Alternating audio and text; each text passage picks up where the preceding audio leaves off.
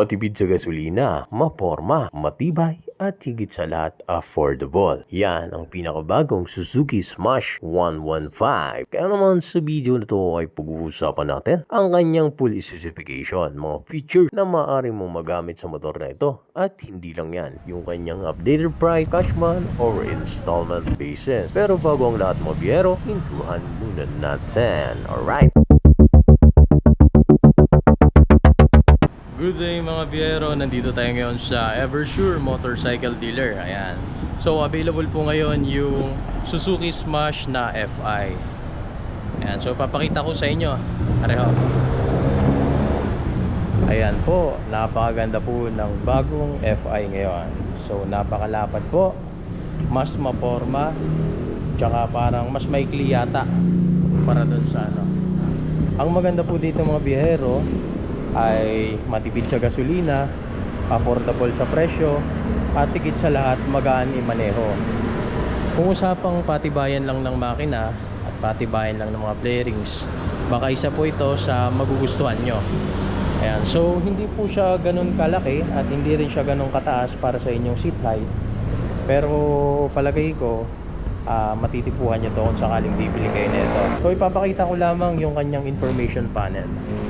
Ayan, so mas malaki na po siya, mas maganda, at kitang kita mo na kumpara dito sa isa. Ayan po, papakita natin. Ito po yung old version niya. Yan. O, di ba? So kung bibili ka, anong gusto mo? Yung ganyang disenyo o yung ganitong disenyo? Ayan. So dalawang variant po ito mga biyahero. Merong drum brake. Ito, naka-spokes yan. Drum brake siya. Tapos yung isa naman naka-mugs at saka naka-disc brake.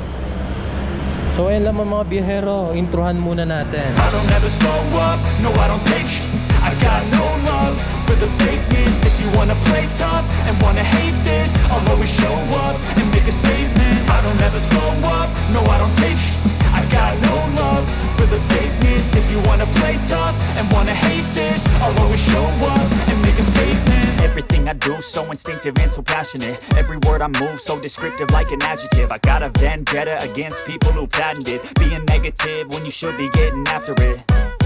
I got facts over tracks, this and that, spitting slow, spitting. Alright mga biyahero, unahin muna natin ang kanyang updated price dito lamang sa Eversure Motorcycle Dealer. Ang kanyang SRP sa online ay 67,400. Samantalang dito sa Eversure Motorcycle ay 66,900 pesos na lang. O di ba mga biyahero, mas mababa dito ang kanilang SRP. Siya nga para mga biyahero, yung presyo na yan ay para po sa drum brake at spokes yung gamit. Pagdating naman sa kanyang mugs at disc brake, ang presyo po niya 72,400 pesos. Ayan lamang mga biyahero, yung kanyang SRP. I feel nauseous, believe me.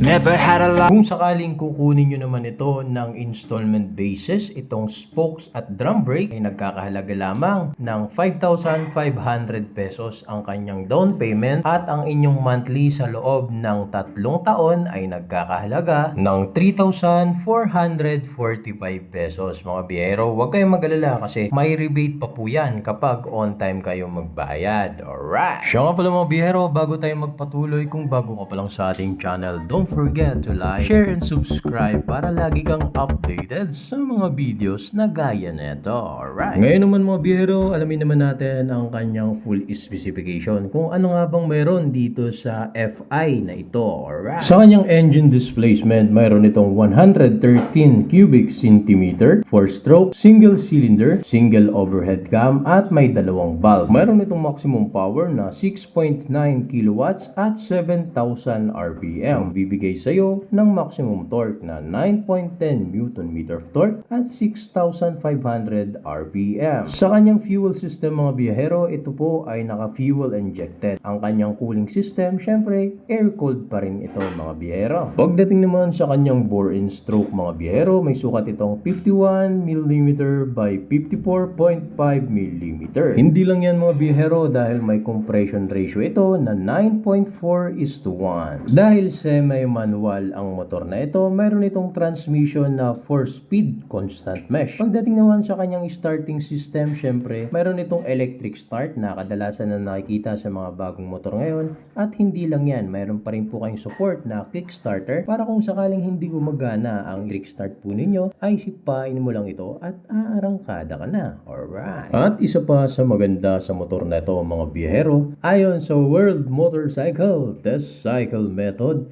ito po ay nakapagtala ng 68 km per liter. O di ba mga biyahero, napakamatipid sa gasolina nito. Pero laging tandaan, kahit gaano katipid ang inyong motor, nasa throttle habit nyo po yan. Kung kayo ay barubal gumamit, mas malakas sa gasolina. Alright.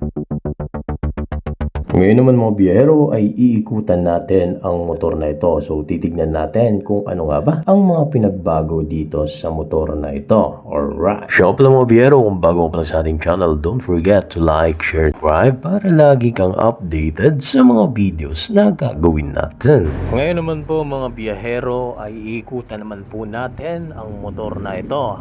Ayan. So kung mapapansin niyo ay napakaganda po ang looks nito. Ayan. Ibang-iba na ho ang mukha nito kumpara nung unang version ng Suzuki Smash mga biyahero. Pero mas pinaganda na ho ito at mas pinaangas ang forma mga biyahero. Kung usapang tibay lang ng makina at tibay ng mga piyesa nito ay ayos na ayos mga biyahero. Hindi ka magsisisi. Dito sa kanyang headlights mga biyahero ay naka-bulb type. Syempre mayroon kayong decals na FI o fuel injection. Yung kanyang mukha dito mga biyahero ay mas pinalapad kumpara doon sa mas lumang version. Ayan, so may emblem dito na Suzuki, ayan, letter S. Tapos yung kanyang decals naman mga biyahero, combination ng silver at pula mga biyahero. Ayan, yung kanyang turn signal, syempre, isa na lang, compact po yung kanyang disenyo. Yung kanyang mga ilaw dito mga biyahero ay lahat po yan, bulb type. Kaya naman, baka naman sa susunod na gawa o labas ulit ng version na to ay sana LED na ho ang ilagay ni Suzuki para sa kanilang mga motor. Lalong-lalo na dito sa mga underbone para mas maangas ang forma, di ba mga biyahero? Yung front fender, ayan.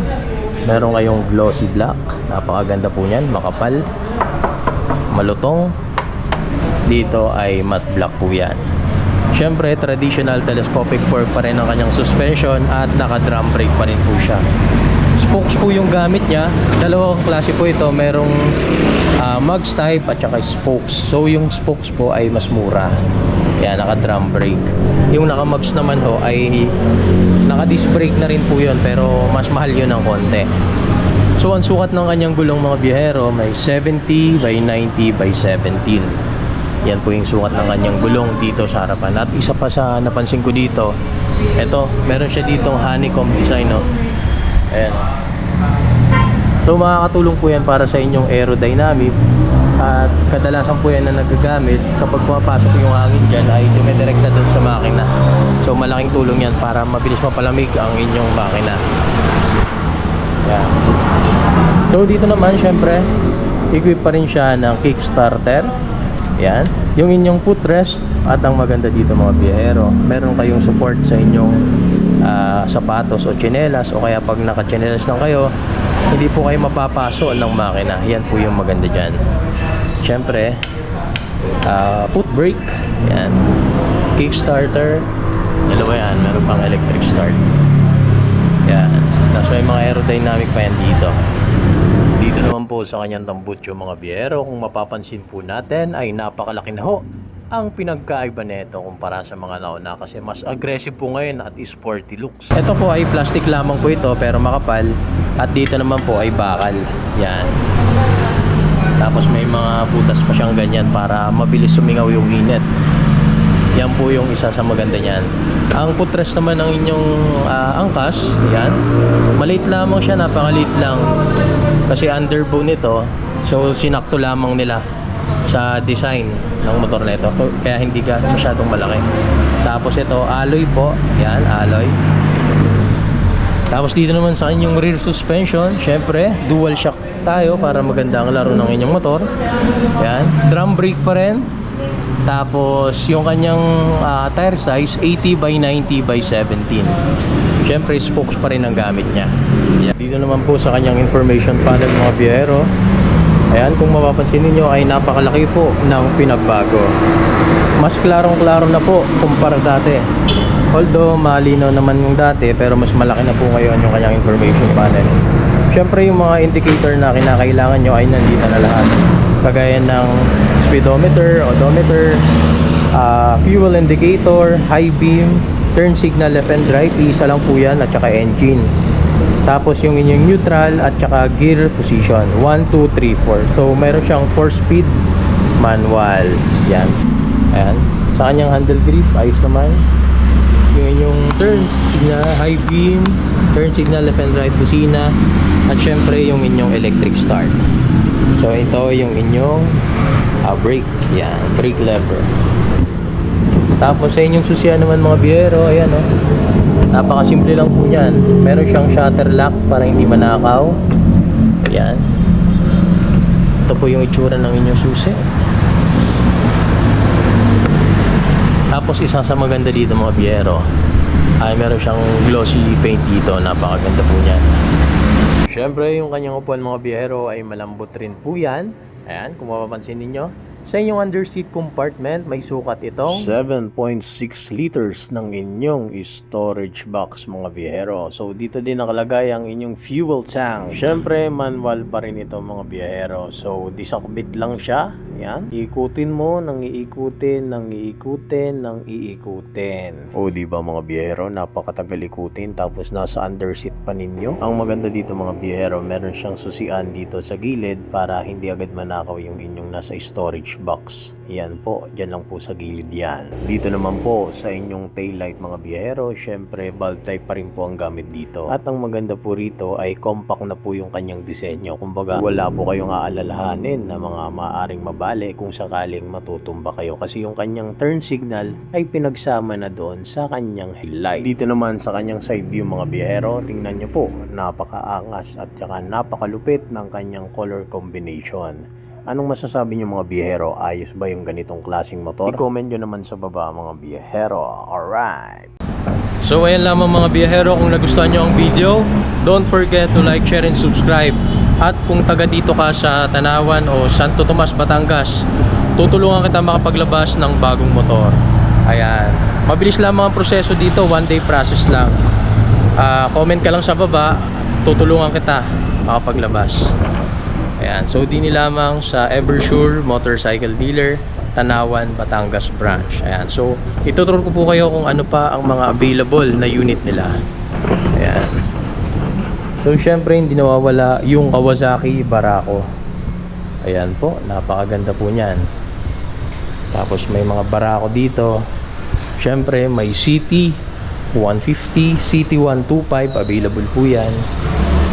Tapos syempre yung Dink R, yan yung kanilang special edition. Ito po yung pinaka-updated price niya. Ayan. Yung napakaganda po ng Dink R na to, 150cc po yan. Ayan, may mga accessories na rin siya. Ang ikakabit nyo na lang yung top box. Napakaganda po niyan. Ayan. So may standard version po niyan, ilalagay ko po sa description yung review natin. Ito po ay special edition, yung kanilang 60th anniversary ng Kymco. Ayan.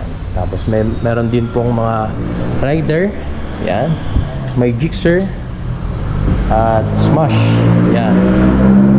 So marami pa silang darating na unit dito. Yung available po sa kanila dito ay Kawasaki at Suzuki na mga motorcycle. So ayan lamang mga biyahero, huwag kalimutan mag-like and share para sa mga future video pa na gagawin natin. So maraming salamat, ingat kayo palagi.